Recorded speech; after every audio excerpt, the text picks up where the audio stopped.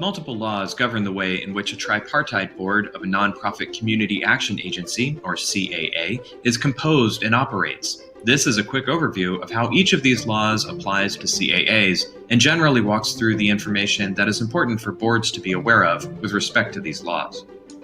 First, let's look at the Nonprofit Corporation Act and Articles of Incorporation and Bylaws. Your CAA began by being formed as a nonprofit corporation under the state's Nonprofit Corporation Act. As is required by the Act, the organization filed Articles of Incorporation or Articles of Organization with the state and developed a set of bylaws to establish a framework for how the board will operate.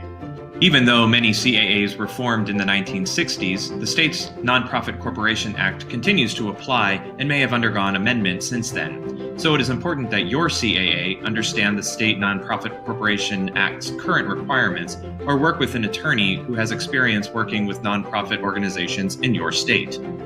Next, let's look at the Internal Revenue Service tax-exempt organization requirements. Most nonprofit CAAs receive their tax-exempt status under the Federal Internal Revenue Code, or IRC, around the same time that they're formed as a nonprofit. The IRC basically exempts a nonprofit from paying federal taxes so long as the nonprofit is engaged in activities that further its charitable purposes. A nonprofit CAA's mission typically reflects with greater specificity the CAA's charitable purposes. The next requirement is the Federal CSBG Act Block Grant Regulations Guidance. The nonprofit corporation became a CAA when it applied for and received funds initially under the Economic Opportunities Act, the precursor to the Community Services Block Grant, or CSBG Act. The U.S. Department of Health and Human Services, or HHS, is the federal agency that oversees the CSBG program and passes rules, referred to as regulations, that apply to CSBG and other block grants. Additionally, the Federal Office of Community Services, or OCS, is the department in HHS's Administration for Children and Families Division that directly manages the CSBG program and issues mostly non-binding program guidance in the form of information memorandums, or IMs. Next is the state CSBG statute, regulations, and policies.